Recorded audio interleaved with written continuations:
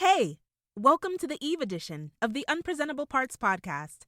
Hosts Samenthur Neptune and Jasmine Cherry kickstart the dialogue where silence ends. Every episode dives into the experiences that define us as women, celebrating our diversity, depth, and dynamism. With Samenthur and Jasmine, your voice matters. Ready to be a part of the conversation? Let's get started.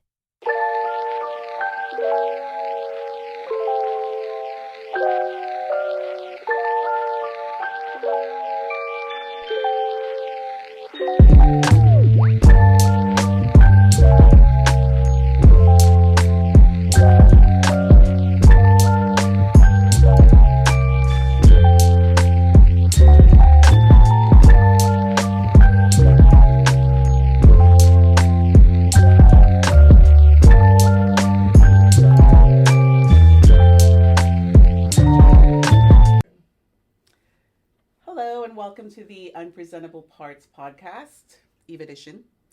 And today we are joined by our guest host, Amaris Ayon, aka Triple A. Yep.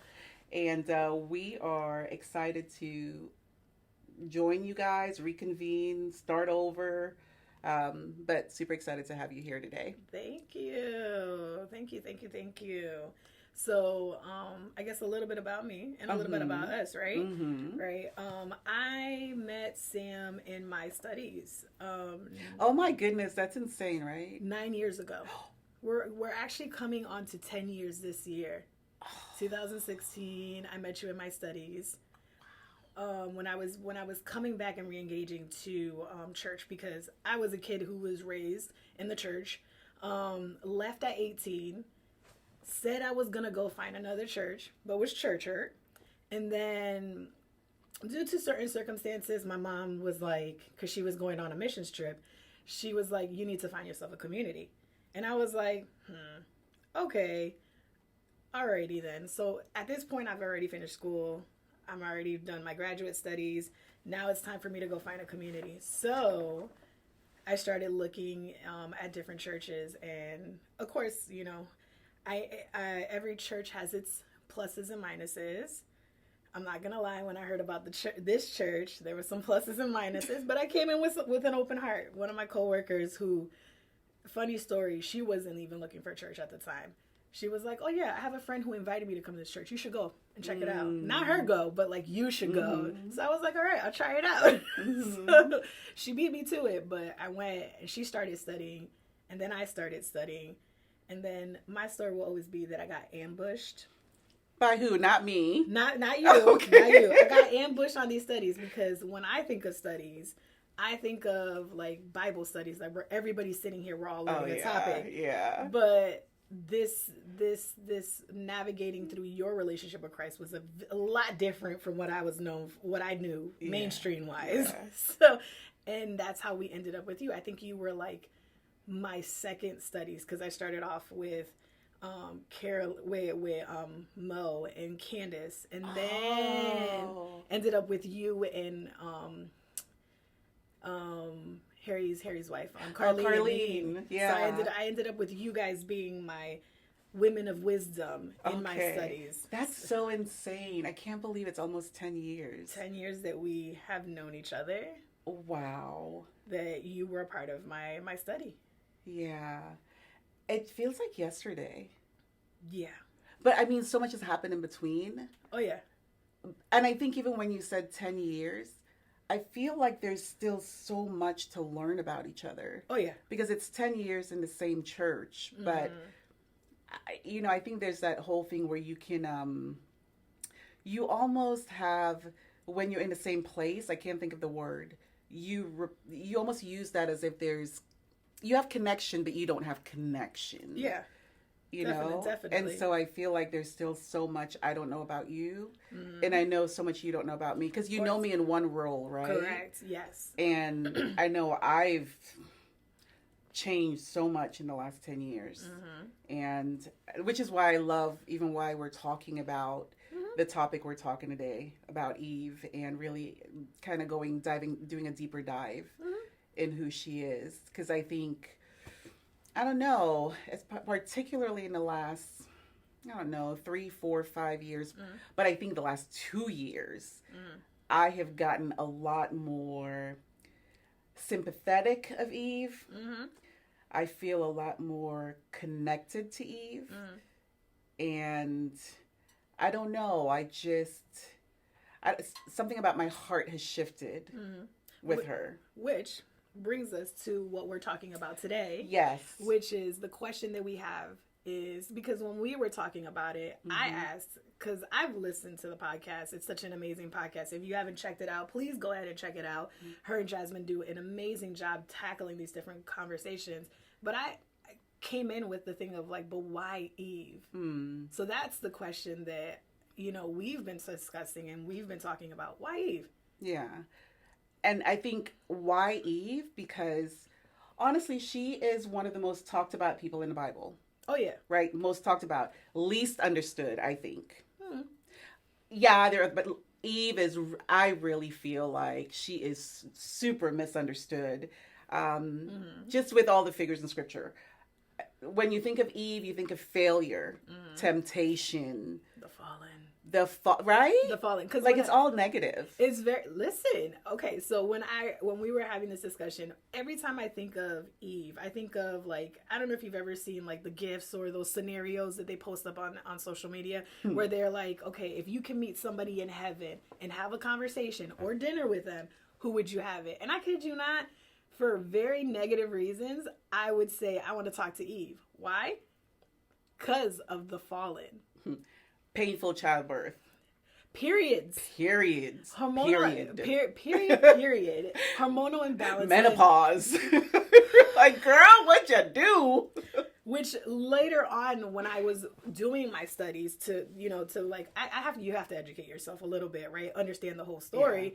Yeah. I was like, this is what we would classify the first curse. Yeah. So the curse that was given to her because of what happened with the snake or the serpent. It's so weird. Like, what do you say? Do you say the devil? Do you say the serpent? Do you say well, it's going to be interchangeable the whole time. Interchangeable. So like when that happened, which brought forth deceit and the separation between man and God, because of it, God had to punish. Yeah. Right? So I think we need to understand the bigger story, because when I talk to you, you're like, she's misunderstood. And I'm like, but how? Yeah. Because I'm judging.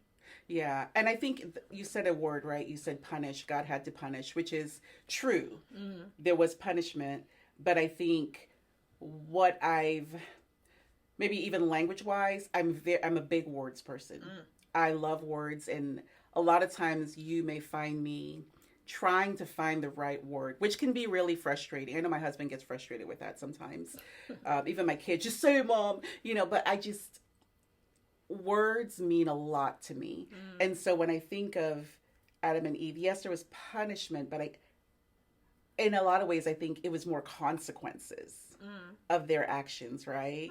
Like they had to face the consequences of their actions. And I think the consequences of Eve's action feels like, the way we talk about it, eternal punishment for her. Because it is. Because the way that I look at it, right? Because, and this is what stops me from seeing the whole picture. And that's the reason why we're making the deep dive, is because if we're going to make a judgment, right, we need to make sure that we have the whole picture. Yes. And I think I didn't take it in consideration that there's like, if you've ever seen, if you've ever done the Bible recap, we're always looking for the God moment. I think it's trying to find that God moment in Eve, because there is more to her. Yeah. And if you want a point of reference, when it comes to scripture, is her story is on Genesis 2:18, and it continues on to 3:24, which is the end of the chapter. Yeah. So if you want references on her life and where we hear, definitely take a look at those scriptures. But I don't know, sis, I'm having a hard time, and I think this is why we need it. Yeah. I mean, and think about it, guys. When you go back and read that, there were a lot of firsts for Eve. She was the first woman, the first woman to wrestle with God's words. First, I would say the first person, really, to wrestle with God's words. The first person to be questioned about their identity. When I think first, that's a lot. You're right. That's a lot. You're pioneering a lot. Not you're not living life in a space, and I don't think she would have been thinking through, I'm the first. No. I think in our society today, and as a woman of color, for me, there is a pressure of the first. But I think part of that pressure also goes back to how Eve is. It is connected for me. It is connected. I feel it deeply. And I think, but even when we're here talking about it, I just want to say, we are not here to fix the situation about Eve. We're not here to defend her, though. I think I'm probably gonna be a little bit. You say not to defend her, but I feel like to a certain extent we do have to reclaim her image. Yes. So like we have to look at her in her entirety, because I think when I think of that, I think of something that can be very difficult, which is grieving, right? And oftentimes when we're grieving, after I took a grieving and loss class within our church, I learned that people oftentimes are always like, you got to remember the good parts of a person.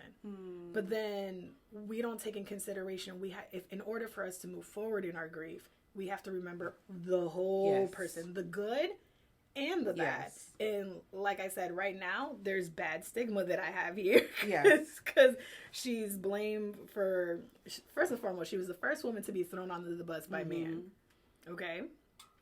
First, that doesn't set up men. Rolled over by a man. Rolled over by a man. And you know what, brothers, we love you. This is not anything a shot towards you. It's not anti-men. No, it's not anti-men. But, we have evidence there, right? And then on top of that, the curses. And then I think I remember you one time saying she was the first person canceled. I think that stuck with me so much. Yes. Which is like, oh yeah, that's right. Because I think it's hard for a person who only sees the scriptures. It's hard for me to relate to Eve, but if you don't take the time to sit down and see the whole picture, you can see how relatable it is. Yeah. So what you're bringing forth is I feel like it's a sense of relatability and highlighting things that we don't take in consideration. Yeah. I appreciate you saying that, because I think to understand why Eve still matters, and I feel this very personally. I feel like in the last couple years, I've been reduced to a moment.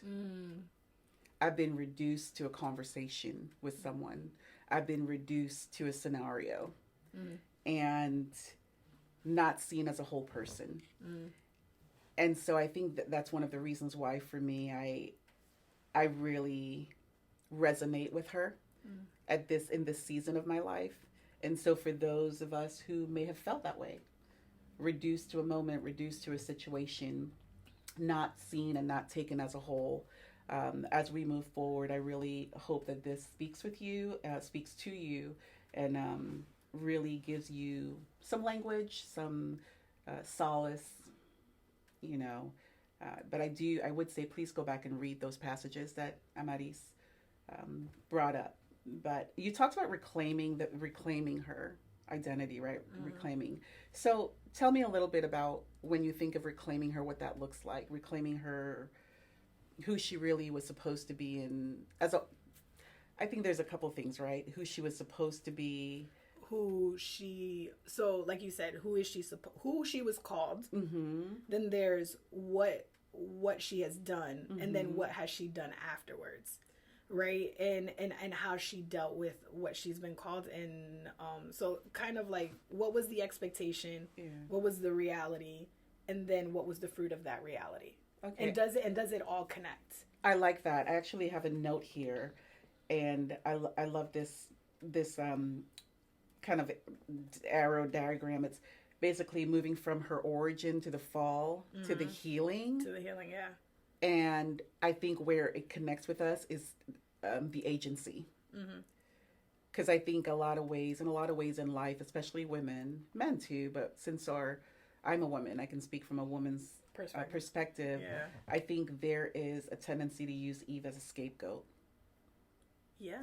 And not take personal agency in the spiritual world sometimes. She's a scapegoat, and she's a footstool. Yeah. Let's be honest. Whenever I have my cycle, dang it, Eve, or whenever something hard with woman, when I look at what I know of her and what I've claimed from her identity, as it resonates with me, like I said, it was always the negative part, you know, like, oh, I'm struggling with men because of Eve. I'm struggling with my body because of Eve. We're in this position because of Eve. Because naturally, as human beings, we want to blame somebody. Yeah. So she ends up being the footstep. She ends up being the punching bag. Yeah. She ends up being we're all here because of Eve. Yeah. Which is unfortunate because there's more to her. So when I answering your question, when I say reclaim her image, is, to me, it's looking at her in her entirety. Yeah. Because there is more to her. Yeah. A question I'd like to pose to the audience is, what if the story we inherited isn't the whole story? It's kind of what we've already been talking about, but I just want to put in that simple question for you. What if the story we inherited isn't the whole story? I think of when Eve's her first big kind of situation was her conversation. You alluded to that earlier, with the devil, with the serpent, with however we refer to him, right? And his question to her was, did God really say? She was the first person to hear the voice of doubt. So here is the first time creation, right, faces confusion, and there's a spiritual distance that occurs, a self-distance that occurs. And so I think that was a lot. That was a first. That is a first. That is a first. And you don't take that in consideration, that he didn't go to man, he went to woman, and that is the first intro. That's right. Because I think one of the things that we learn about scriptures, and I think what I've been learning when I'm deep diving into scriptures, is that everything is placed for a reason. Even the book of Numbers. If you've read the book of Numbers, it's just numbers. There's a lot of why, and I have to ask myself, why is this important? Why was this so important to be put here? And God is an intentional God. God is laying out something for a reason. And I think that's something that we don't take in consideration. These very first conversations, these very first purposes, these things that happen, because he's trying to paint a picture. And I think at the end of the day, it's finding that sense of legacy, the reason for the legacy, because if it wasn't for her, we wouldn't be where we are at this point. And the importance of the journey, because nobody... Yeah. Well, let me ask a question, right? Because when we read about Eve, she did not get direction from God directly based on the information we have. Correct. So based on what I've read, Adam got the first hand, don't do this, don't do A, B, C, D, and E. So we don't actually have the conversation with her and Adam. So when she was confronted, or the conversation approached by the serpent, he said, did God really say? I just want to give her some grace. Because think about, audience, think about this for yourself too. Whose voice has shaped how you hear God? Whose voice has shaped how I hear God? Right? I think have you ever played the game Telephone? Yes. Okay. So one person says one thing, and then you share the same information. If you have 5 people, by the end, the message, there's been a little tweaking to it, right? Of course. So I don't know if Adam put an extra fence for her. I don't. And you don't, right? Nobody knows. Nobody knows. So when she said when he says, did God really say? You know what comes to my mind is, why didn't he say, did Adam really say? That is true. I know that sounds kind of like, ooh, Sam, how could you bring that up? But I mean, again, purposeful. Right? It's purposeful. It's again, if you you were to take the time to look at it from different perspectives, that's not the first. You don't think of these small details that can change the dynamic on how you look, change the story, and change how things are looked. Yeah, because why do you say, well, what did Adam say to you? What did Adam tell you that God said? So I think about those things now, right? Because I just think how I hear God, I heard it through my grandmother, who was very Catholic, very, I call myself a Catholic, Pentecostal, Baptist, non-denominational, because I literally remember going to Mass, coming home, going to Pentecostal church, coming home, going back to Pentecostal church, and then when there were the meetings, I'm from the Caribbean, when there were the meetings, going to the Baptist conventions. And so I've been so influenced by different voices and different people and how I view God.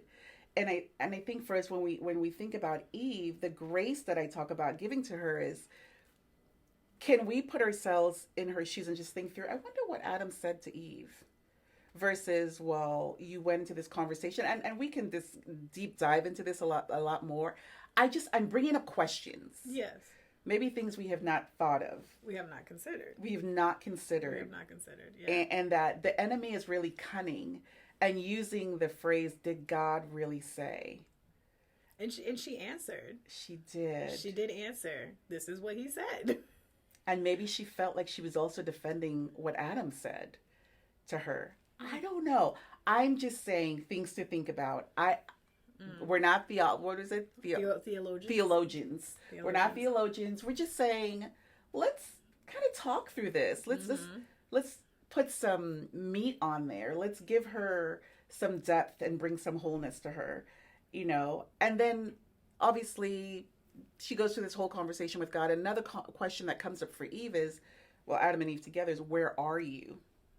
So first it's the confusion, the spiritual self-distrust, right? That occurs with Eve, with where the doubt comes in. Did God really say?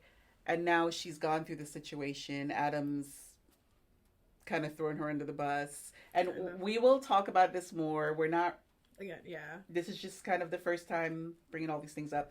But the God comes now in the picture, and he's like, where are you? Yeah. And so... But as you can see is that even in this conversation, the first focus is on the fall. Yeah. Because and then now, for some reason, what brought up to mind was like even the scriptures beforehand. How did Eve come into the picture? So brings back, what is the origin story, right? Because and then also when I hear about Eve and I hear about, like, let's say if I'm entering into a relationship, which I am, shout out, hey boyfriend, so you hear about man and woman and how woman is created to be a helper and how man gave her the name woman because she came from him. And what was the purpose of that? Again, there's a story behind, before the fall and what her intentions were.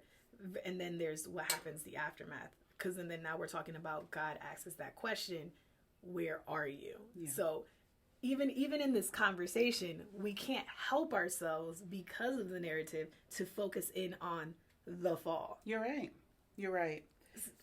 I can't wait to deep dive into some of those things you're talking about, which we will be doing. Remember, this is just kind of setting the tone, putting some questions out there so that when you go back and read, you're thinking through those when we go deeper into these conversations. And so when he says, where are you? The theme of all that stuff comes to, there's suddenly silence, there's absence. She's experiencing this for the first time, right? The first woman to really accountability. Yeah. And then the first time that we avoid. Yes. We avoid and this is man and woman, because they stayed silent and they were afraid, because even Adam says we were afraid to talk to you, to say something, because God knew what was going on. He's like, I know where you guys are. Yes. But I'm asking you, where are you? And he says, because I had to go back and I had to read this and see the dynamic, and I'm like, these are all key things. So first time avoiding God, or not, or feeling shame and guilt about what has happened. Because and then he's like, who told you guys were naked? So when you think of her, I feel like there's going to be many questions and thoughts. Why did this happen? Why did not happen? You know, how do we view her? It makes an impression on how you can relate, because I remember, Sam, you would say, it's like we would take time, like in our women's midweeks, and we would try to connect with the women of the Bible. Mm-hmm. So I remember we did a study on Ruth and Naomi, and we spent a lot of time on Ruth and Naomi and being able to see things through their perspective. And I believe that there's like 4 to 6 chapters in their story, but that's not a lot. You know what I'm saying? But we still, for us women, and understanding God and understanding how he views us, these things are important, but how do we see it as the bigger picture? Yeah. No, I love that. And I think even when you said something about Adam throwing her under the bus, right? He will find it that way. And I think this is really important, because as we are fleshing out Eve, as we're looking to her as a whole person, I think she was also the first woman to feel unsupported and alone.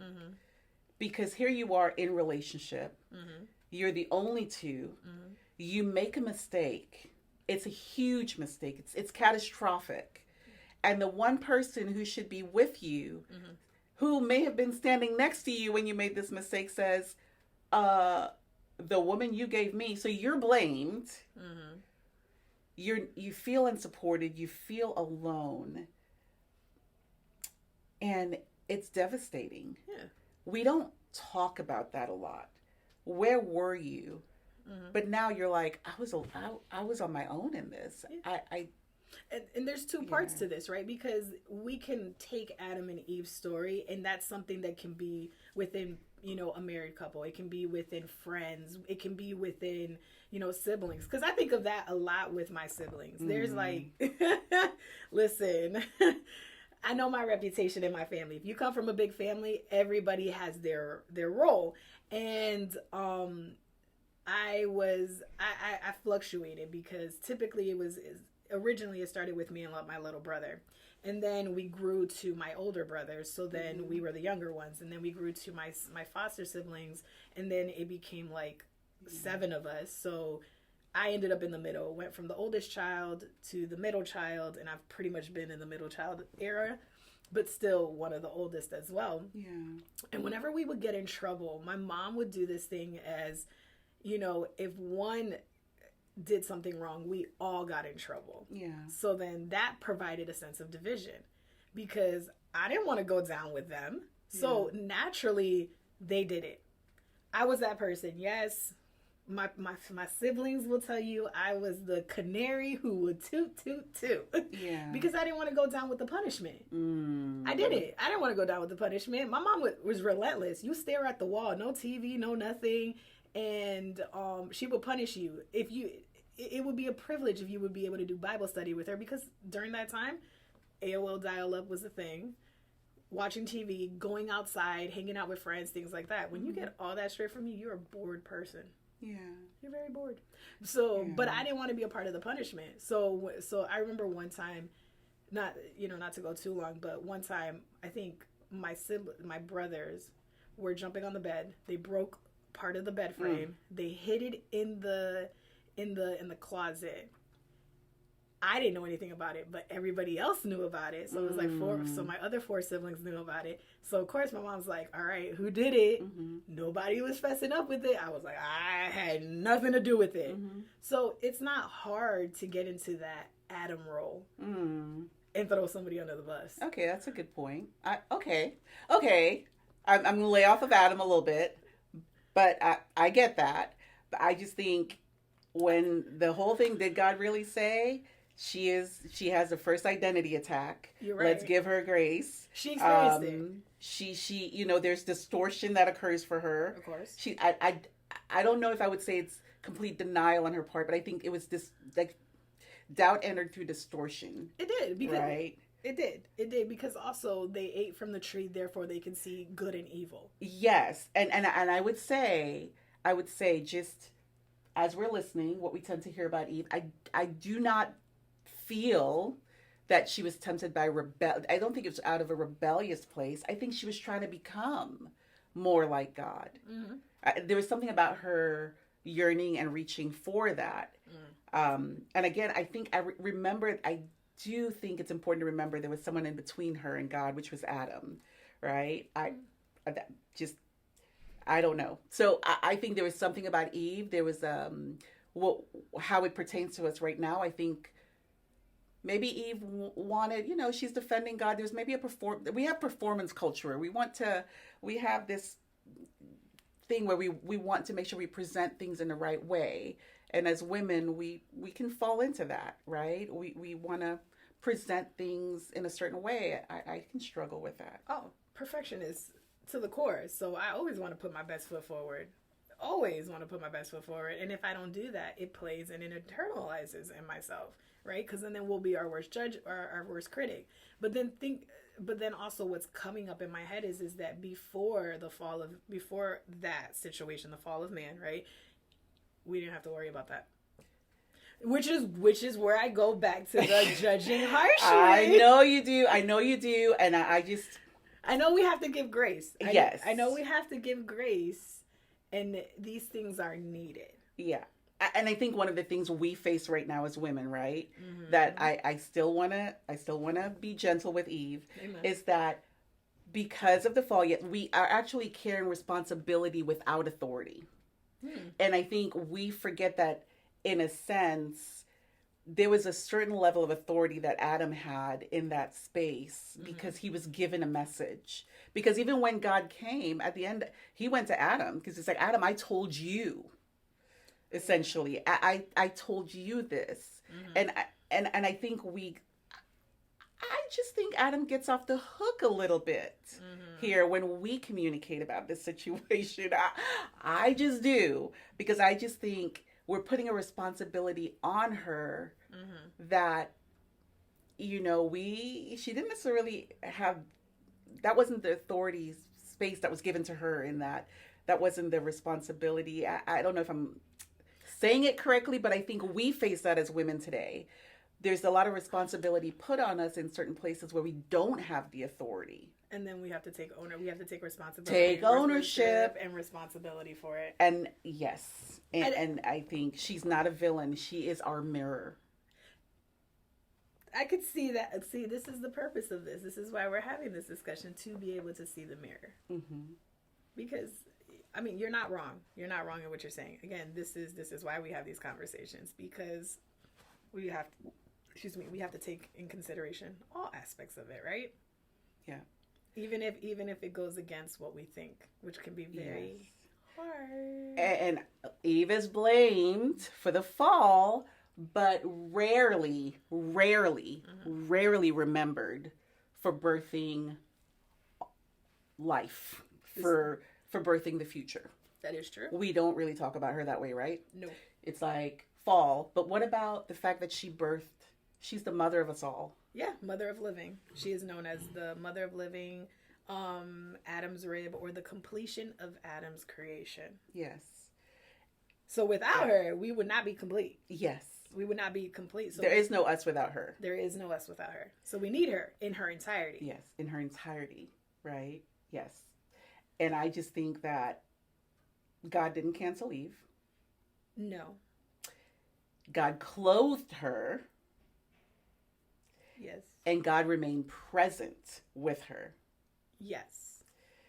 And I think as women today, we can struggle with that in the sense of how the relevance for us is many of us are first, particularly women of color.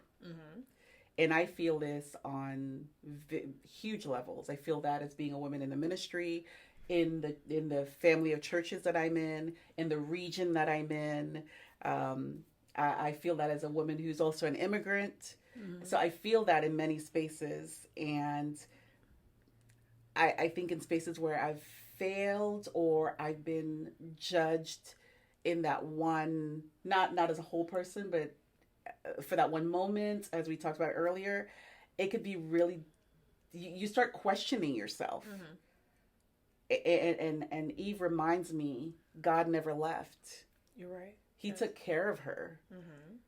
In fact, she was named, I believe, tell me if I'm correct, that she wasn't called Eve until after the fall. Was she? I believe she. Yes, you're right. Yes, you are, because before I'm not sure if it's before the name or afterwards, because it's either she was named Eve, and then afterwards Adam called her his wife afterwards. So these titles came afterwards. Okay, audience, you've got to go back and look at that, because we're gonna go look at that too. Yeah. For the sake of time, we can't give you all of it, but I think that's important because yeah, I think that's an important part. So let's put a pin in that one. Yeah. And definitely bring that back up next time. But I really do appreciate that aspect of Eve and God's relationship. We don't talk about it enough. No. And I think as we kind of try to come to a closing here as much as possible, but it was after the fall. It was, yeah, you're right. I had to it took me a minute, because this is why it's important to know your word. It did intentionality. It didn't happen until afterwards. Yes. Because at that moment she was just known as woman. Yes, and I believe Eve. We're gonna have to look at this next time we get together. Yeah. I've got to make sure I don't want to tell you something that's not, but I do think Eve references life, mother, life. I think it does, but I got to go back and look. I don't want to put a pin in that. Yep. Don't quote me yet. There was life before the fall, and there was life after the fall. But God would still use her. Mm-hmm. It wasn't over. She's not the villain. She's a mirror. And please remember that. She's a mirror that we get to see that even in our failings, God doesn't cancel us. Mm-hmm. Like we do. We cancel people. Yes, we do. Or we hold them to that one moment. But as we kind of pull it all together and end here, I think, do you mind reading Genesis 3:20? Do you have it available to you? I do. 3:20. Mm-hmm. Yes, 3:20. So Adam named his wife Eve because she would become the mother of all living. That's it. Of all the living. She would become the mother of all the living. So it did happen. It definitely did happen after the fall. After the fall. She was named the mother of all living after. Mm-hmm. So, guys, I just think that is really key. The fact that she would be used to that capacity and still be seen in that way, despite her failings. Her one, grievous mistake, mm-hmm. as it is, but again, it wasn't rebellion. Mm-hmm. I think it was a desire to be something, and I think even the way I've taught this in the past, I've had to go back and go, oh, Eve, I am so sorry. I have taught this from a very paternalistic view, mm-hmm.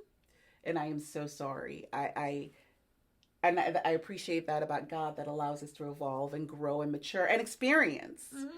to be able to rethink how we view and how we love and how we forgive. So I do want to leave us with a reflective question, mm-hmm. for us to think about until we get together next time, is what part, and I want to ask you that too, because you can then maybe answer a little bit of it or think about it too, is what part of your story has been reduced to one moment? And what might God be still naming life? Too many to put down. So I feel like this will be next time when we get together. I think we could be able to highlight those moments, because with women or just with mankind, there's always that one moment that changes everything. Yeah. I think next time I will probably share a little bit of that in my unpresentable part. Mm-hmm.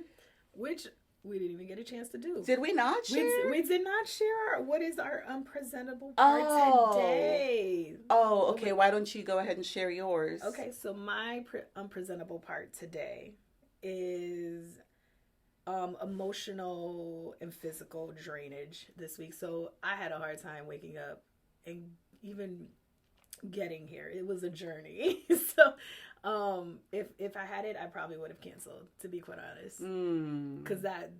But I knew that I needed to be here. So my emotion was saying, nope, not today. And it was giving like sore throat or you want to sleep more, things like that. But yeah, it's been a long week, and I was like, ugh. Yeah, I think I think I'm glad that we're doing unpresentable part at the end today, because I think my unpresentable part today was felt very performative. I needing to present a certain, and I think even talking about Eve, needing to present perfect, perfect words, perfect presence, and I think I struggle with that because I come into spaces, especially coming from my West Indian background, is this level of excellence that I'm supposed to have, and that who I'm representing and who I'm reflecting. So I think coming to a space to be authentically me, that is a continual struggle for me to come in as a whole person. And so even talking about Eve and seeing her as a whole person, presenting myself as a whole person can sometimes be difficult because of the fear of judgment and my own people pleasing. So that's my unpresentable part.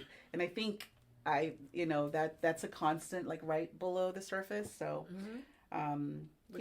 that's the unpresentable part for me. So, well, next episode, we kind of alluded to it earlier, but we're going to talk about what Eve heard and what we're still hearing. So I encourage you guys to subscribe, share, sit with Eve's story, and take the time to get to know her a bit. There's not a lot to read, but there's a lot to digest. So until next time, you have a great day. Be blessed. Be blessed.